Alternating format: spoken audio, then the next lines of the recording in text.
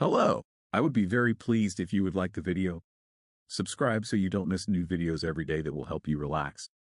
I'm also curious where you are listening to me from and what time it is now. Write it in the comments. Enjoy watching!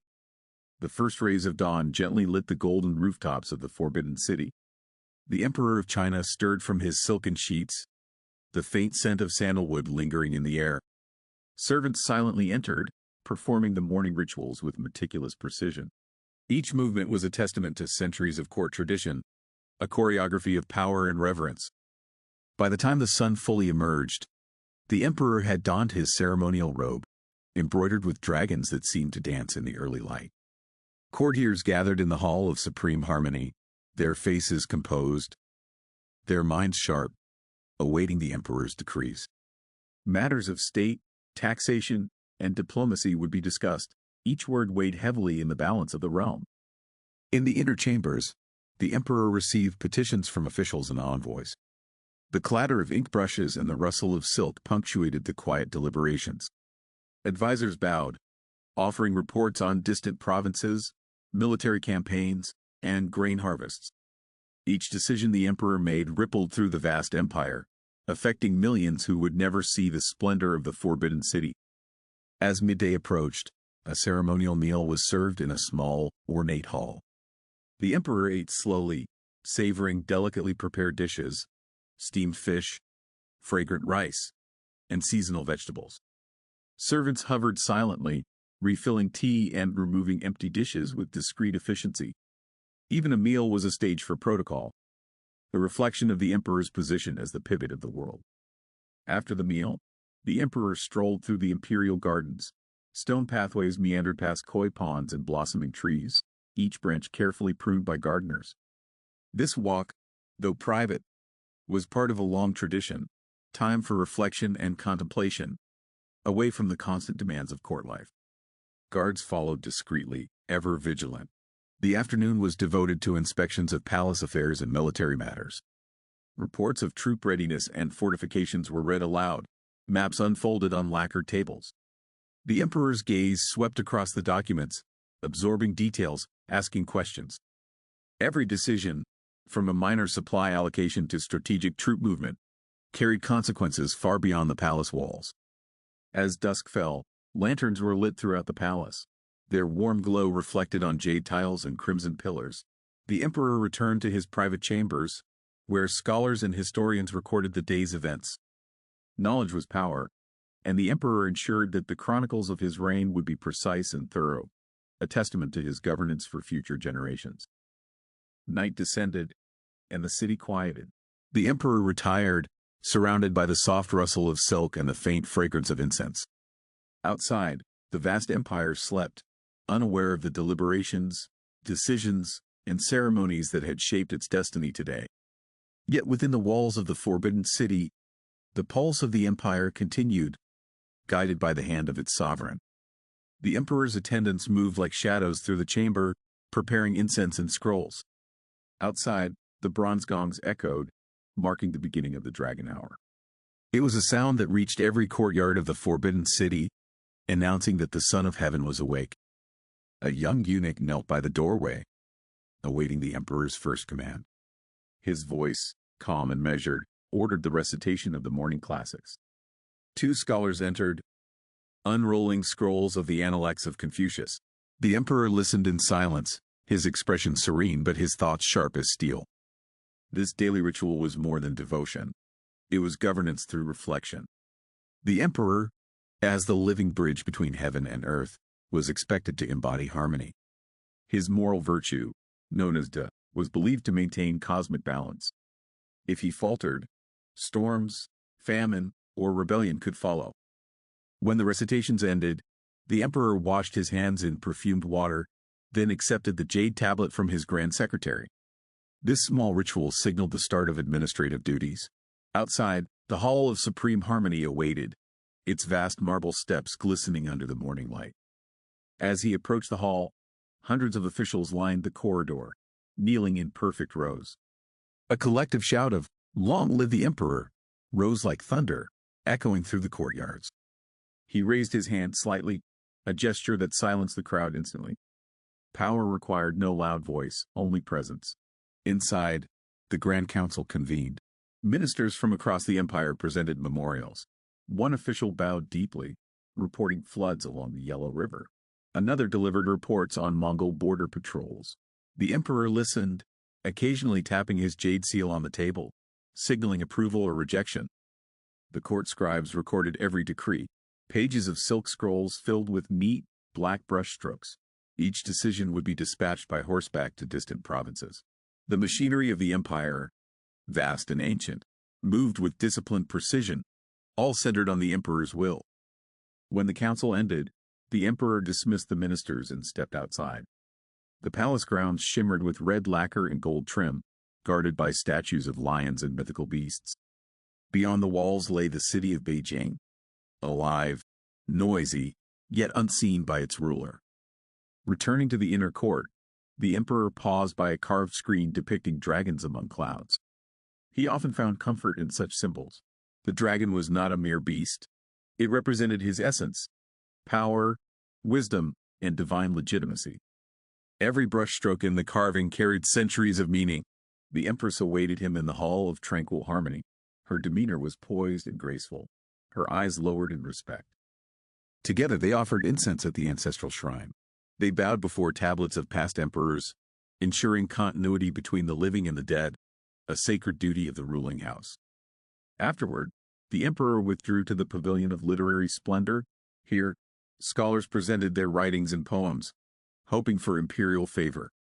One young poet recited verses about the great river, its unending flow symbolizing the dynasty's eternal strength. The emperor nodded, granting him a jade token of honor. By late morning, musicians entered the court, their instruments gleaming in the light. The gentle rhythm of flutes and stringed zithers filled the air. The emperor enjoyed these moments deeply. Music, he believed, was the harmony of heaven made audible. To rule well was to tune the empire as one tunes an instrument. When the meal hour arrived, servants brought trays of imperial dishes, roasted duck, steamed lotus seeds, sweet rice wine. Each dish was arranged according to ancient codes of balance: sour, sweet, bitter, salty, and spicy. To the emperor, every flavor mirrored the elements that sustained his empire. He ate sparingly, for indulgence was unbecoming of a ruler. Still, he savored the texture of each bite, recognizing the skill of his kitchen masters. He thanked the head steward with a slight nod, a gesture more valuable than gold. In this court, silence spoke louder than words. After the meal, the emperor retired briefly to the Jade Hall for meditation. The scent of sandalwood thickened the air as he sat cross-legged before a small altar. His breathing slowed, his thoughts drifted, not to power or politics, but to the mandate of heaven, the unseen force that justified his reign. Outside, a eunuch awaited orders to read the daily petitions. The emperor returned to his duties, examining reports of temple repairs, new trade routes, and the behavior of regional governors. Corruption, though forbidden, was a constant shadow. He marked several names for investigation. In the afternoon, the emperor received foreign envoys in the Hall of Benevolent Grace. Delegates from Korea and the Ryukyu Islands brought tribute: silk, pearls, rare herbs. They bowed deeply, offering gifts in ornate boxes. The emperor accepted them with serene detachment. Generosity was the mark of true supremacy. The interpreters knelt beside the envoys, translating their words. The emperor responded briefly, his tone measured but commanding. Each phrase carried diplomatic weight, signaling friendship yet reminding all of the Middle Kingdom's central place in the world order. Later, he summoned his generals. Maps were unfurled across the table, showing fortresses, rivers, and border lines. Reports of bandit activity in the western provinces required attention. The emperor traced a line with his finger and issued new troop orders. His command would reach the frontier within days. Evening approached, the sun dipped low, painting the palace roofs with amber light. The emperor walked again through the gardens, accompanied by a few trusted attendants. The sound of cicadas filled the air. He paused by a pond where lotus flowers bloomed, serene and untouched by the muddy water below. That, he thought, was how a ruler must be, pure amid the chaos of the world. His father had once spoken those words to him under this very tree. Now, As the empire stretched farther than any horizon, he understood the weight of that lesson. At sunset, the emperor attended the evening ceremony in the Temple of Celestial Harmony. Priests in yellow robes chanted hymns, offering incense to heaven. The emperor bowed 3 times, his movements slow and deliberate. Though the ritual had been repeated for centuries, its purpose never faded: to maintain balance between heaven, earth, and man. Night fell over the forbidden city. The palace lanterns glowed like stars. The emperor returned to his private study, where scrolls of philosophy and statecraft lined the walls. His favorite volume was the classic of history, a reminder that even the greatest dynasties had fallen through neglect or arrogance. He took a brush and wrote a short reflection in his journal. To govern is to care, not to command. A single word from the throne can raise or ruin 1,000 lives. He paused, letting the ink dry. Outside, the distant hum of drums signaled the closing of the city gates. In the stillness of the night, the emperor permitted himself a rare moment of vulnerability. He removed his golden crown and gazed at the moon rising over the palace rooftops. Its pale light touched the jade ornaments of his robe, turning them silver. Power, he thought, was as transient as that moonlight. Bright, beautiful, yet always passing. Before retiring, he received the imperial astronomer, who reported the movement of stars and omens for the coming days. The emperor listened attentively. In this world, the heavens spoke through patterns, and only the wise could interpret their meaning. He made a mental note to adjust the spring festival date according to the new constellation readings. Finally, he dismissed the attendants and retreated to the inner quarters. The empress awaited him, reading quietly by candlelight. They spoke little. Words were unnecessary after a day of ceremony and duty. She poured him tea scented with chrysanthemum. Together, they watched the flame flicker and fade. As he lay upon the embroidered bed, the emperor reflected on the day's wait. The petitions, decrees, prayers, and silences. Tomorrow would bring the same cycle again. Yet each dawn, he believed, was a chance to realign the empire with heaven's will. Outside, the forbidden city slept beneath the stars. The empire stretched across mountains, rivers, and deserts, unified under one mandate, one throne, one man. Within the still heart of that vast dominion, the emperor closed his eyes, the Son of Heaven resting under the watch of eternity. The hall of supreme harmony was now quiet, emptied of its earlier clamor. Only the faint scent of incense and the echo of silk slippers remained. The emperor walked slowly toward the western veranda, where a carved bronze sundial measured the passing hours. Time, in his world, was sacred, not to be wasted, not even by the Son of Heaven. An attendant approached with a scroll wrapped in yellow silk. It contained a memorial from the governor of Jiangnan, reporting on rice yields and the opening of new canals. The emperor's eyes followed each elegant character, written with the humility of a servant and the precision of a scholar. Water was life, and water management was rule. He ordered an increase in granary reserves and the dispatch of engineers to strengthen embankments before the spring floods. A small brushstroke of ink sealed decisions that would feed millions. To rule China was to hold the reins in one hand and the harvest in the other. From the veranda, the emperor could see beyond the red walls of the forbidden city. The roofs of Beijing glimmered like scales of a dragon. He imagined the distant provinces. Mountains in the west, the green deltas of the south, the frozen plains of Manchuria. All of it pulsed beneath his command, though he had never seen it all with his own eyes. The chief eunuch announced the arrival of the Imperial Academy scholars.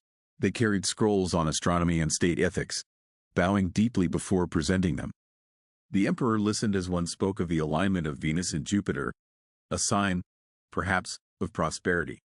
Such omens mattered. Heaven and earth reflected his virtue. The emperor questioned them sharply on philosophy and governance. If the ruler's virtue fades, he asked, does heaven depart or does the people's faith hold it? Silence followed, a dangerous silence, until the eldest scholar replied, when the ruler listens with sincerity, heaven listens still. The emperor smiled faintly. Later, a servant brought a wooden box of jade seals used for decrees. Each one bore a different inscription: justice, harmony, prosperity, heaven's mandate. The emperor selected the seal of harmony. That single choice meant the empire's laws that day would be marked by benevolence rather than severity. As noon approached, drums sounded across the courtyards. The emperor's lunch was prepared, 24 dishes arranged according to the 5 elements. Gold plates for earth, jade bowls for wood, silver cups for metal, and porcelain for water. Fire was represented by the warm dishes themselves. He ate under a canopy embroidered with dragons chasing pearls, attended by silent servants who moved like shadows. Each motion, pouring tea, replacing chopsticks, was practiced perfection. For the emperor, even the act of eating was a cosmic ritual, sustaining the body that sustained the realm. Afterward, the emperor rested briefly in the hall of tranquil light. His physician, an aged man in blue silk, checked his pulse with practiced fingers. "Your Majesty's heart is steady," he murmured, like the flow of the Yangtze in calm season. The emperor nodded, dismissing him with a gesture of gratitude. A troupe of court musicians arrived in the outer garden. Flutes, pippas, and drums began to play a piece called The Phoenix Ascends. The music rose and fell like the rhythm of breathing, serene, deliberate. The emperor closed his eyes, letting the melody weave through the afternoon heat. Music, too, was governance, the unseen order of emotion. Later, he moved to the Pavilion of Eternal Spring. Its marble floors were cool underfoot, the walls adorned with paintings of cranes and plum blossoms. There, the empress awaited him again, accompanied by several court ladies. They discussed the welfare of the imperial household, orphaned daughters of nobles, and the upcoming Lantern Festival. The emperor listened with quiet attention. "The people must see joy," he said softly. "Even in times of toil, the empire breathes through its festivals." The empress bowed her head in agreement. Together, they planned the ceremonial release of sky lanterns, symbols of prayers ascending toward heaven's gaze. When the council of women ended, the emperor summoned his eldest son, the crown prince. The young man entered, kneeling deeply. The emperor studied him, intelligent eyes, but still untested by hardship. He instructed him to review state edicts and observe the afternoon tribunal. "A prince must learn not only command," he said, "but restraint." By mid-afternoon, the tribunal convened in the Hall of Justice. Several provincial magistrates stood accused of corruption. The emperor watched silently as officials read evidence aloud. One magistrate wept, begging mercy. The emperor's face remained calm, carved from serenity. Justice must be as impartial as heaven itself. Finally, he spoke. "The empire is a mirror. Each of you reflects me. If the reflection is stained, the mirror cracks." His words fell like a blade through the stillness. The guilty were stripped of rank and sent to labor in distant lands. The emperor turned away. Mercy could exist only when balance was restored. After the tribunal, the air outside seemed lighter. He returned to the gardens, where eunuchs tended peonies and golden carp glided through ponds. The emperor sat beneath a pine tree, gazing at the rippling water. In that reflection, he sometimes saw his younger self, a prince with dreams, not yet burdened by the weight of heaven. The chief historian approached with his scrolls. "Your Majesty," he said, "shall today's record mention the tribunal's severity?" The emperor considered this carefully. "Write the truth," he replied, "but not the cruelty. Let the future learn justice, not fear." History, after all, was the voice of immortality. As the sun began to lower, the emperor's younger children entered the garden. Their laughter echoed off the marble walls. He smiled, a rare, unguarded expression. They brought him paper kites painted with dragons. He lifted one, feeling the thin silk between his fingers. "Even the emperor," he said softly, "must let things fly." When the evening bell rang, the palace began to transform again. Servants lit lanterns along the corridors. Their glow shimmered on the gold tiles.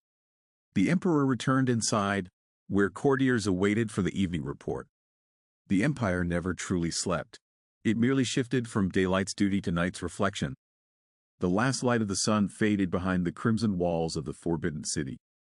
The emperor walked slowly toward the temple of supreme ancestry, where golden lanterns flickered like captured stars. Evening air carried the faint chill of autumn. Each breath felt heavier, filled with the scent of sandalwood and ancient wood. Inside the temple, ancestral tablets lined the altar, inscribed with the names of emperors long past. The emperor knelt, bowing 3 times. "May heaven favor my reign as it did yours," he whispered. The silence of the ancestors was profound, but in that silence, He felt their approval. Priests in yellow silk began the chant of purification. Bells rang softly, echoing through the high beams. The emperor closed his eyes. This ritual, older than memory, bound the living ruler to the spirits of his forebears. In those moments, he was not merely a man, but the continuation of heaven's will. After the ceremony, the emperor returned to the pavilion of radiant clarity, where the grand secretary awaited with the day's last petitions. Lanterns cast shifting shadows across scrolls of silk and maps of provinces. The empire seemed endless, yet each inch of parchment demanded his judgment. He read reports of drought in the southern plains, theft in the northern garrisons, and new inventions from artisans of Suzhou. For each, he marked instructions in black ink: relief for farmers, investigation for soldiers, and reward for the craftsmen. Even in stillness, the empire breathed through his brush. When the final scroll was sealed, the emperor rose and walked to the open balcony. Below, the courtyards glimmered in moonlight. Servants moved like quiet spirits, carrying oil lamps and trays of tea. The forbidden city, so vast by day, now felt intimate, a world of whispers and shadows. He sipped from a porcelain cup, tasting chrysanthemum and honey. The warmth steadied him. For a moment, he envied the simplicity of his people. Farmers, merchants, scholars, each bound to a small circle of life. His circle was boundless, yet utterly solitary. The empress entered softly, carrying a silk shawl. "It grows cold," she said. Her presence calmed the air. They spoke of their children, the young prince's studies, the empress dowager's health. The emperor's tone was tender, his authority softened by affection. Even the dragon of heaven needed warmth. Soon, the palace musicians began to play the evening hymn, Harmony Under the Stars. Its melody drifted through the corridors, delicate as drifting mist. The emperor closed his eyes, listening. He thought of the countless nights before him, emperors long gone, hearing the same song beneath the same moon. When the hymn ended, the eunuch approached. "Your Majesty, the astronomers await." The emperor nodded and followed him to the observatory tower, a tall structure crowned with bronze instruments that mapped the heavens. From there, he watched the constellations wheel across the dark sky. The chief astronomer bowed deeply. "The stars align favorably. Your Majesty, the coming season will bless the empire." The emperor smiled faintly. He knew that fate was less in the stars and more in human virtue, but he welcomed heaven's reassurance nonetheless. Returning from the tower, the emperor paused by the moon gate leading to his private courtyard. The moonlight illuminated the carved dragons along the eaves, their faces fierce yet eternal. He reached out, brushing the cool stone. These walls had seen generations rise and fall. They would endure long after him. Inside his study, candles flickered low. The emperor sat before a blank scroll. He dipped his brush in ink and began to write. Not decrees, but thoughts. "The world beneath heaven is vast," he wrote, "yet the heart of its ruler must be still. To rule without peace within is to chase shadows with thunder." He stopped, gazing at the ink drying on the page. That line, he thought, would never be read by others. But perhaps, one day, a future ruler would feel the same restlessness, and understand. The emperor rolled the scroll gently and placed it among the private writings no one else would see. A servant entered quietly to announce the imperial dinner. The meal was simple: rice porridge, steamed vegetables, and tea. The emperor preferred modest fare in the evenings. Extravagance, he often said, dulled the senses of wisdom. He ate slowly, listening to the faint chirping of crickets outside. After the meal, he dismissed his attendants and walked again through the moonlit courtyard. The marble pathways glowed pale beneath the sky. In the pond, lotus flowers floated, their petals reflecting the stars. The emperor's reflection shimmered beside them. The man and the symbol, inseparable yet different. He thought of the first morning of his reign. The fear, the weight, the sudden silence after the coronation drums. So many years had passed, and yet the burden never lightened.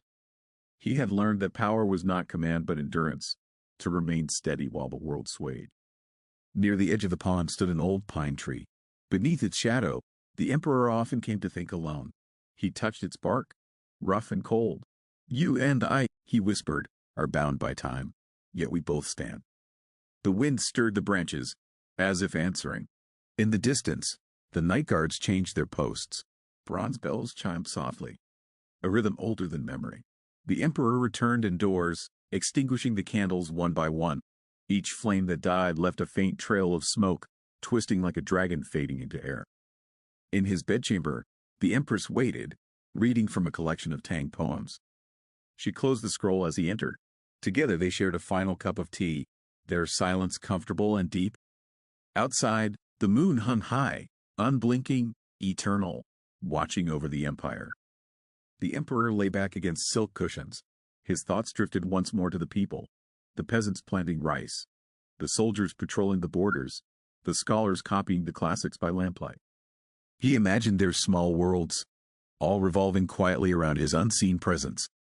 He whispered to himself, "May my reign be gentle." The words faded into the dark. The empress blew out the candle, leaving only the moonlight upon his face. In that dim glow, the Son of Heaven closed his eyes. A man at rest, a symbol enduring. Outside, the forbidden city slumbered beneath its sea of tiled roofs. The gongs of midnight sounded, deep and solemn. The empire slept, from the deserts of the west to the shores of the eastern sea, dreaming beneath the same stars the emperor had watched. And in the still heart of the world, under heaven's endless sky, the emperor's breath joined the rhythm of eternity. The story unfolds within the golden walls of the forbidden city, chronicling a single day in the life of the emperor, the Son of Heaven, the living bridge between divine order and mortal realm. From dawn to midnight, every gesture, word, and breath of the ruler carries the weight of an empire stretching thousands of miles and centuries deep. At sunrise, the emperor awakens amid ritual and reverence. His attendants move in perfect harmony, guided by tradition older than memory. The day begins not with luxury, but with duty, readings from Confucius, cleansing with perfumed water, and solemn processions toward the Hall of Supreme Harmony.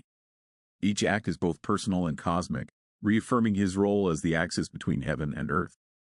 Morning brings the machinery of government to life. Courtiers and ministers kneel before him, presenting petitions from every corner of the vast land. Reports of floods, harvests, taxes, and wars. His decisions, delivered in calm authority, ripple outward like waves through the empire. For millions of unseen subjects, his brush upon parchment is fate itself. Yet beyond the grandeur lies the constant burden of perfection. The emperor must embody balance, justice, and benevolence, for any weakness in his virtue could disturb the harmony of heaven and unleash chaos below. Even his meals are symbolic, composed to reflect the elements that sustain creation. Every flavor, every motion, mirrors the structure of the universe. As the sun climbs higher, the emperor turns to the spiritual and cultural life of his court. Scholars, poets, and musicians perform, weaving beauty into governance. The emperor listens not only as a patron, but as a philosopher, for he knows that the empire thrives as much on wisdom as on law. His exchanges with scholars reveal a mind both curious and weary, bound by the responsibility of eternity. Afternoon brings the weight of justice. Corrupt officials face judgment. Decrees are stamped with seals of jade, symbols of the ruler's moral power. The emperor punishes not with anger but with balance, seeking to restore harmony rather than vengeance. Yet such acts leave him solemn, aware that even righteous rule can bring sorrow. As dusk falls, the emperor walks through moonlit gardens, reflecting on the day's burdens. Surrounded by beauty, he remains alone, a man imprisoned by divinity. Rituals continue into night, prayers to the ancestors, consultations with astronomers, the writing of private meditations unseen by any court historian. By midnight, the palace sleeps. The emperor lies beside the empress, his thoughts on the farmers, soldiers, and scholars who live beneath his unseen gaze. He is not a god, but a man chosen to bear heaven's will, a role both sacred and lonely. The day closes as it began, in silence and ceremony. The empire rests, balanced on the breath of one man whose heart must remain as steady as the stars.